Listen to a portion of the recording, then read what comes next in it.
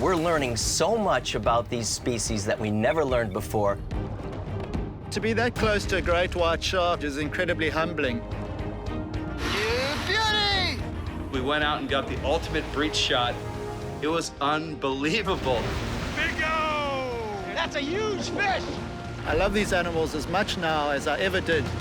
We're inspiring people to care about sharks, love sharks. Yeah! Knowing that the public's all about sharks now, I love it. I absolutely love it.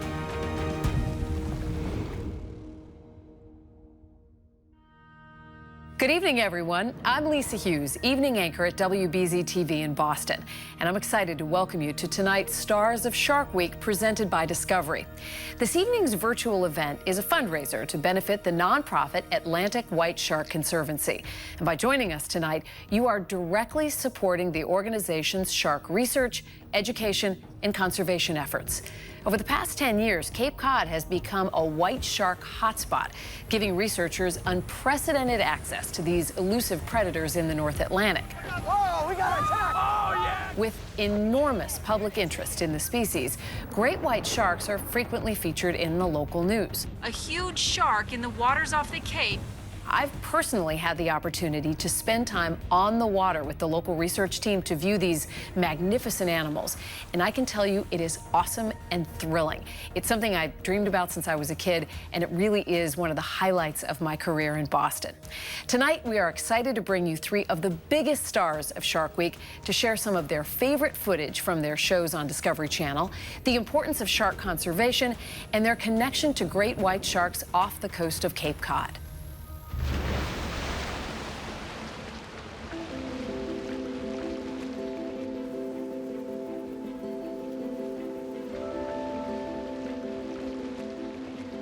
What many people don't realize is that sharks, just like all of us, have got unique personalities. Shark Week has given me incredible opportunities to not only see sharks around the world, but also learn different behaviors wherever we've gone. To be that close to a great white shark, whether in a cage or outside of a cage, is incredibly humbling. You know, you're in the water with a predator that could easily catch, kill, and bite you in half and swallow you pretty much in two pieces if it wanted to. And I wouldn't be lying if I didn't say it was pretty exciting too. The more you get to know your subject, the more you become comfortable with these animals. To be down there and have 4 or 5 great whites, at times all trying to knock me over, not because they were being aggressive, but just for them. They don't have hands, they were pushing me to see what I was.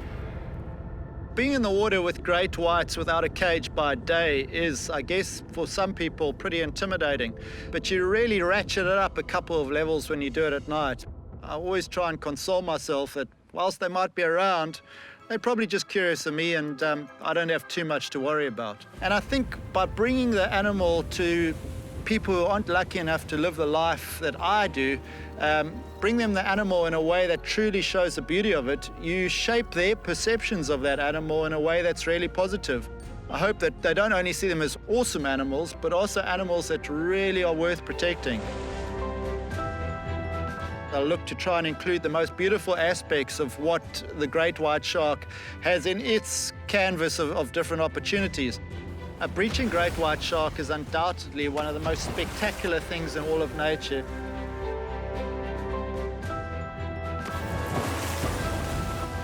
You beauty! When you're at eye level looking up, the speed with which a breach happens is just mind-boggling. Swimming great white sharks are awesome, but flying great white sharks, well, that takes it to a whole different level of sub-zero cool.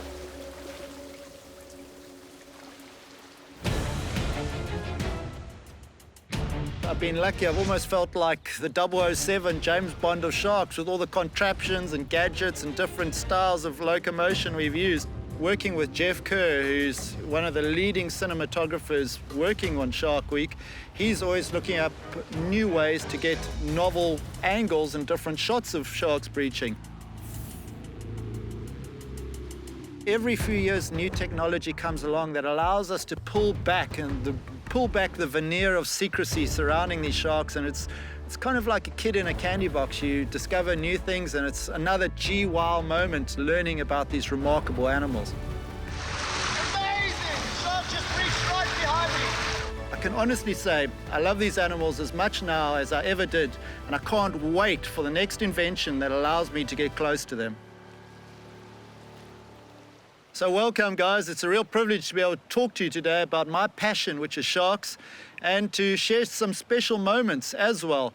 And a huge shout out to the Atlantic White Shark Conservancy, who've given me the chance to speak to you today and share some of my amazing experiences. So over the years, I've been lucky to work with many different groups working with great whites around the world, and one of my absolute favorites is the Atlantic White Shark Conservancy and the amazing work that they're doing, because they're trying to bridge the gap between fear of sharks and trying to get people to better understand them. And it's a dynamic team of really dedicated individuals that are going out there and using a lot of novel ways of furthering our understanding. So the lessons that we're learning from the Atlantic White Shark Conservancy is that you don't necessarily have to do highly invasive research to learn about these animals. A lot of their work is purely observational work, where they're dunking GoPros in the water and just spending huge amounts of time on the ocean getting to know their subject. And I think what's also really important is to see how a team of dedicated and enthusiastic people has been able to produce a huge amount of research and further the knowledge of a community that beforehand was obviously frightened of these animals. It seems as though more and more people are becoming great white shark fans through exposure to these sharks, and also the research that's allowing us to understand more about them.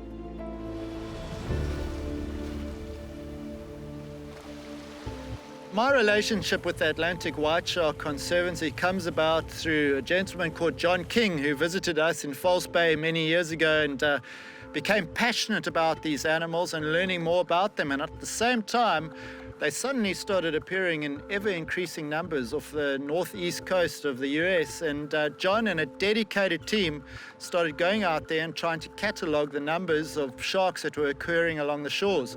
And I was very privileged, along with my wife Monique, to visit Cape Cod just last year in October. And we had a truly stellar day where we saw up to 5 different great whites from John's boat, and also saw them from the air and saw them interacting in very shallow water with the seals that are obviously growing in number. But what was the most amazing thing was seeing how research is now bridging the gap between fear and understanding. And I think in regards to that, the Atlantic White Shark Conservancy is doing probably the best job of all white shark related research organizations in the world. It's a great example of how, by engaging with local communities rather than working away or against them, and bringing them into the research and having lectures and educational days for kids, just how we can further and broaden our knowledge of the sharks within a community, and also bring that community closer to the sharks themselves in a positive way. Through my images, I try and essentially do the same thing. I try and expose people to sharks in a beautiful way, and hopefully through that exposure, people become advocates and ambassadors for those sharks. So I believe one of the most important ways that young children can become involved and have a passion for working with sharks is to have exposure to them. And as a young guy in my late teens, I volunteered for a local research organization that at the time was taking people out to see sharks whilst they were tagging them. Pretty much like the Atlantic White Shark Conservancy, in fact. And through having this exposure, I became passionate about learning more about these animals and wanting to work with them for a career. And that was really my starting point. And so my advice to any kids out there would be, go and volunteer for an organization working with these animals, be it your aquarium, be it somewhere like the White Shark Conservancy, or just try and do your little bit to get exposure to them. And once you've had that, if you're passionate enough and you work hard, doors always open. And as I said before, once you've started working with these sharks, it's pretty hard to stop. Not only are they animals capable of spectacular bursts of athleticism, jumping 10 foot clear of the water, but they're also incredibly vulnerable, and we need to treat them with respect. I think as individuals, we can all make a difference. Sharks are disappearing from our oceans very, very fast, but there are more people than ever that are interested in them. I think we can all be the groundswell of change to make sure that there's sharks there for the future generations to come. Well, thanks so much for joining. It's been a real privilege talking to you guys. And I can't wait for you to see some of the amazing new content coming out on this week's Shark Week, starting Sunday.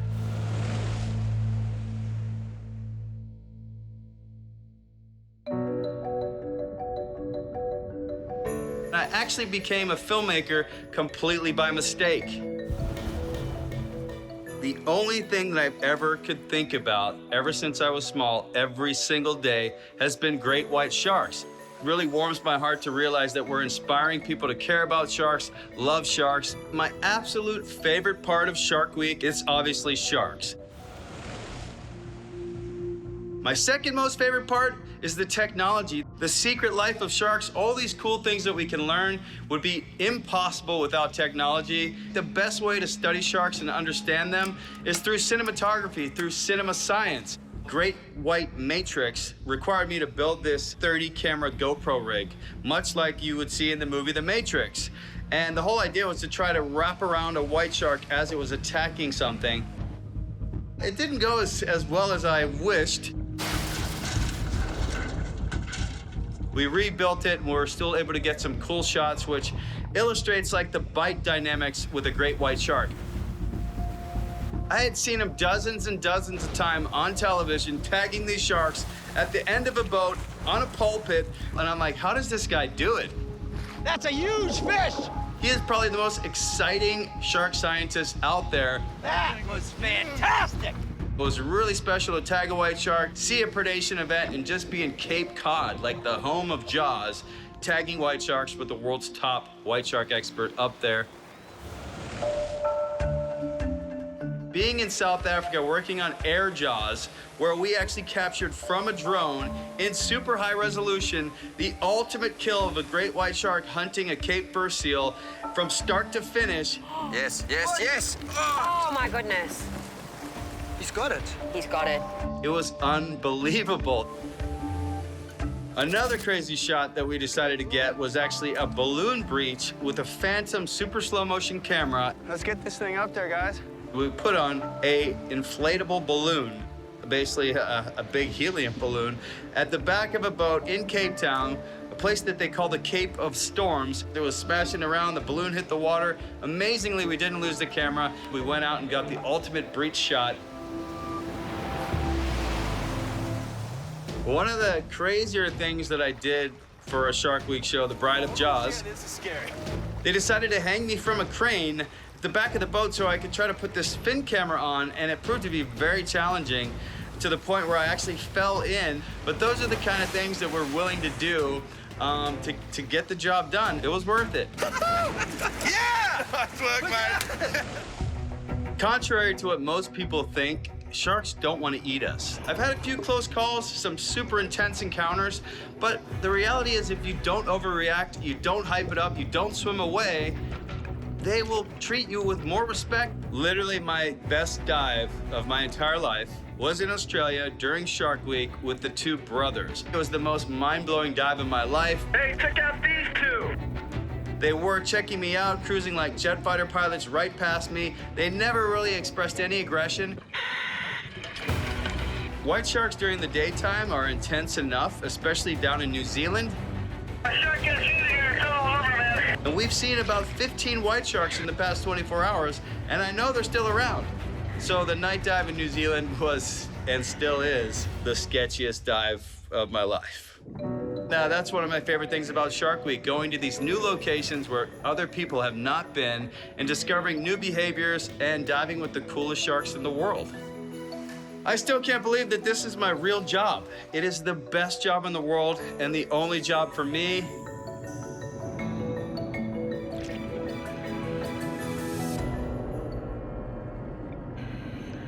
What's up, guys? It's Andy Casagrande from Shark Week. I'm super excited to be here on behalf of the Atlantic White Shark Conservancy. I wish we could be together, but there's way more dangerous things out there in the world right now than sharks. Over the years, I've worked all over the planet, but one of the most special places I've been is Cape Cod, working with the Atlantic White Shark Conservancy with Greg Skomal, one of the most passionate, craziest, excitable shark scientists on the planet. Literally, the guy could be in a library and make it seem cool to study sharks. Looking down at white sharks right now. And going up there and seeing so many great white sharks, even at the very end of the season, was mind-blowing. We saw a predation event right under the boat. Seals in his mouth. Multiple seal and white shark encounters, like interactions. We pulled receivers. Watching Greg work was a dream. I've seen him on TV, but finally I could work side by side, and it was epic. You got a shark? Okay. Education, everybody knows, is critical for so many reasons, but in particular with great white sharks and sharks in general, the more you know about them, the safer you are, and the more you're gonna fall in love with them. The thing about coexisting with sharks, especially up in Cape Cod, it's it's a pretty tense situation. You have lots of white sharks that are there to feed. You got lots of, people that want to go in the water and recreate, and there's no perfect technology to allow us to coexist. Greg's research up there, tagging so many sharks, knowing their movements, knowing when they're coming, when they're going, it's critical to help us all, bathe safely, surf safely, hang out at the beach. At the end of the day, the sharks were there first, so they're not going to change their behavior. It's really up to us to do that. And Greg and the Conservancy is doing an amazing job helping us coexist. And when you use visuals and cinematography, I love to call it cinema science. It's like the perfect marriage, the perfect combination of cinematography and science that gets people super excited. Coming super close. Oh, that was incredible. As a kid, that's what I loved to watch on TV. I wanted to be a marine biologist, but I didn't really like all the book stuff. I love the visuals, so it's the perfect match, and I love teaming up with guys like Greg and the Conservancy, and it's critical. Education is the key to coexisting and keeping you safe. If there was one thing that I could teach people about great white sharks above all other things, is that from my experience, they're among the most polite predators on the planet. They have the worst reputation, yet their fatality numbers on humans is almost always in the single digits. If you use common sense and you work with research teams and you study what they're doing and you read publications, basic knowledge about these predators will keep you safer. So I'd say we stop demonizing sharks, learn more about them, learn to protect them, love them, and it'll just benefit the entire world, the entire ecosystem, and we'll be making more Shark Week films about them.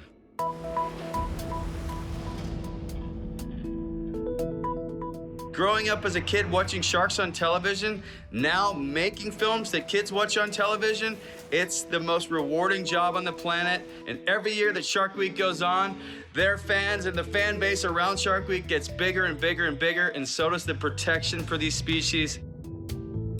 Well, everybody, thank you very much for supporting the Conservancy, for watching Shark Week, supporting our films. Be sure to check out Shark Week starting on Sunday. It's gonna be epic.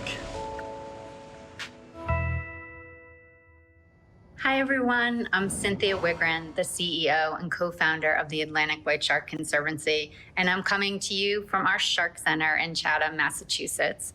Thank you so much for being with us tonight for our first virtual event.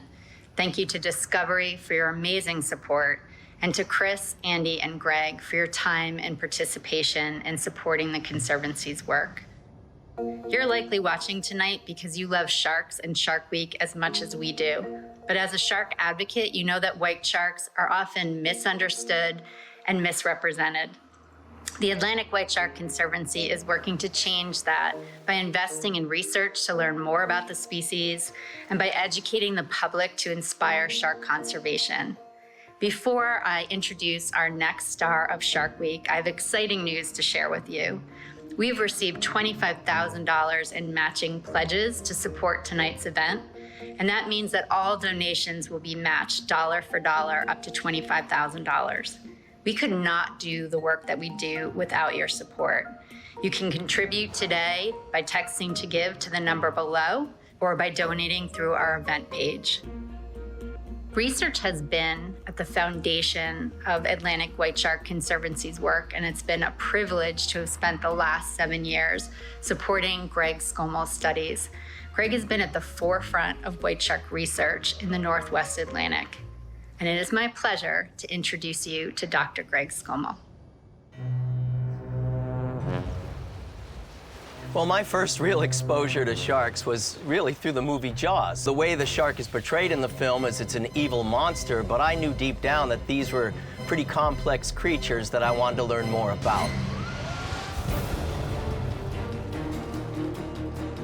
Every time I work with Shark Week, I learn something new about a species of shark, whether it's bull sharks or white sharks. I have an amazing experience doing research and not only generating information about these animals, but also being able to share it with all of you. We're learning so much about these species that we never learned before because of the new technologies. It's really opening doors into the world of science and into the world of sharks, and I find that really exciting. We got this idea to develop this underwater drone system that we called Shark Cam, to be able to track a shark underwater and film what it's doing when we can't see it. And a lot of us thought it would never work, you know, to send a robot after a shark to see what it's doing. You know, the first thing we did not anticipate is exactly what happened.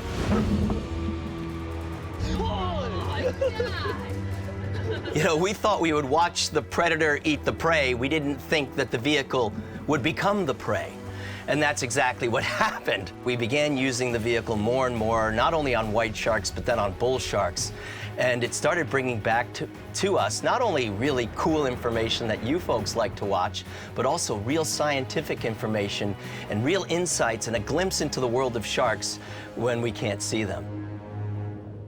In every show I've ever done for Shark Week, I've tagged sharks, and I've been doing that for almost 40 years. You know, I probably have tagged somewhere between, I don't know, 600 and 1,000 sharks over the course of that time. In doing so, we've learned a real lot. We want to know how they behave and what they do over multiple time scales. And for me, putting a tag on a shark is a really exciting experience because I'm interacting directly with that animal. Being on the boat is fun, it's riveting, you know, anything can happen. Yes, yes, got it on, yes. But then getting data back from the tags is almost equally as rewarding. For every little bit we learn, you know, other questions come at us.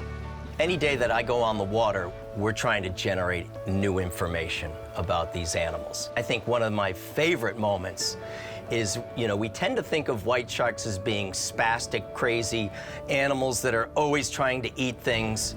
And, you know, that's kind of how we portray them. But they spend a lot of time just mellowing out.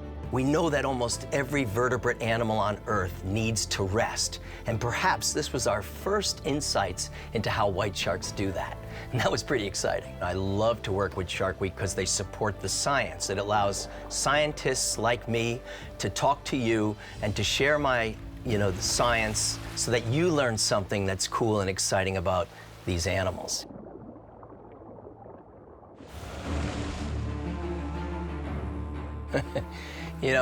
What I love about working with sharks is working, close to them. Sometimes getting up close and personal, I get a little bit more than I bargained for. In 2010, I had my first experience in the water with a great white shark, shark we named Curly. Suddenly, the shark came out of nowhere from behind us and very casually came up close to the cage and then drifted over the top and tried to actually eat one of the big inflatable balls that was holding the cage up. Fortunately, Curly became untangled and moved on, and I was able to get out of the water and take a breath. But definitely, I often refer to it as one of the high anxiety moments of my life. Working down in the Bahamas, in Bimini in particular, which is just a, mecca for shark research, was an incredibly riveting experience. So we were working with bull sharks with Dr. Sam Gruber down there, Doc, and up close and personal with a bull shark. And the one thing you don't want to do is get complacent, because bull sharks have such a terrible reputation, even though they're incredibly beautiful animals, and the likelihood of being bitten by one is so low. But nonetheless, I think I got pretty close that time. But I gotta be honest, every now and then I have to pinch myself, because there I was, like a 12-year-old, 13-year-old kid, watching the movie Jaws, hoping to be, a Matt Hooper-like figure. And I get to do that, and being able to share that through Shark Week, and having the support of viewers, and knowing that the public's all about sharks now, I think we're making some progress. So, I love it. I absolutely love it.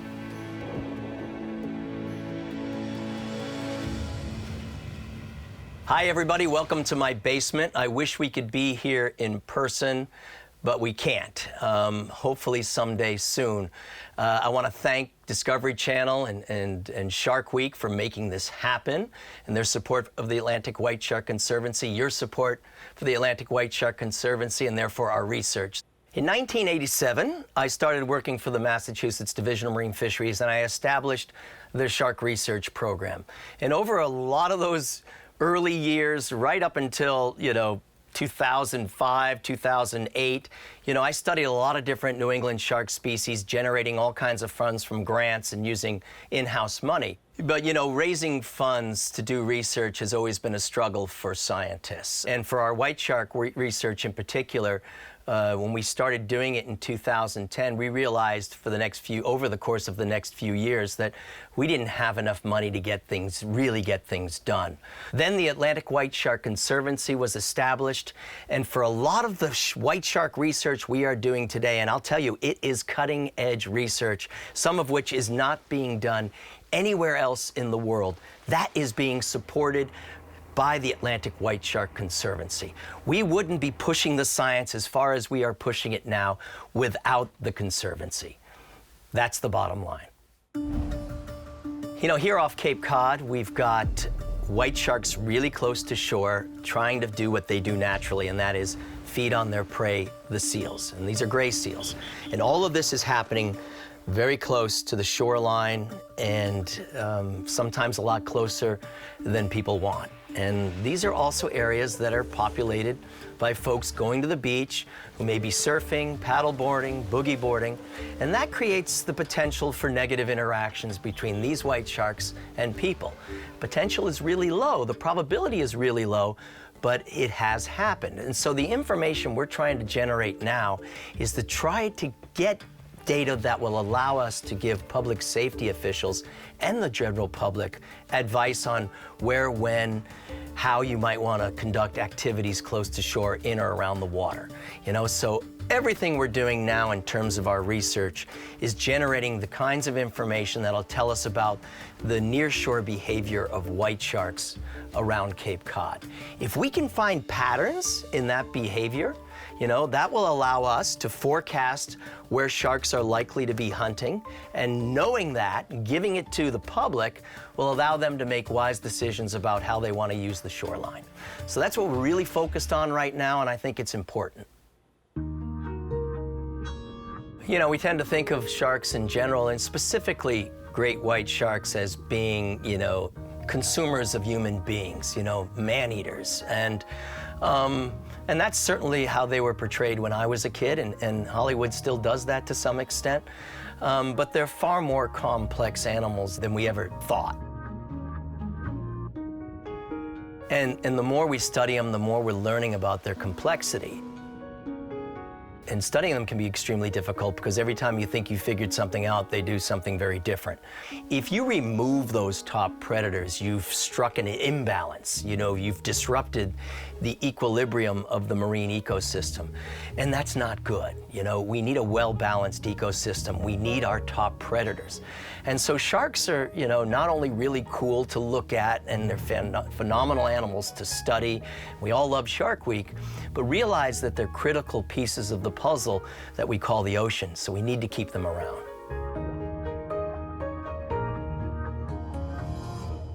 Well, everybody, thank you all for visiting. Please watch Shark Week, which starts this Sunday. And you could support our research as well by supporting the Atlantic White Shark Conservancy. I really appreciate you visiting. It's been fun, and I hope next time we get to do it in person. Thank you again for joining us this evening. It's been fun to gather shark fans together to hear from some of the biggest stars of Shark Week.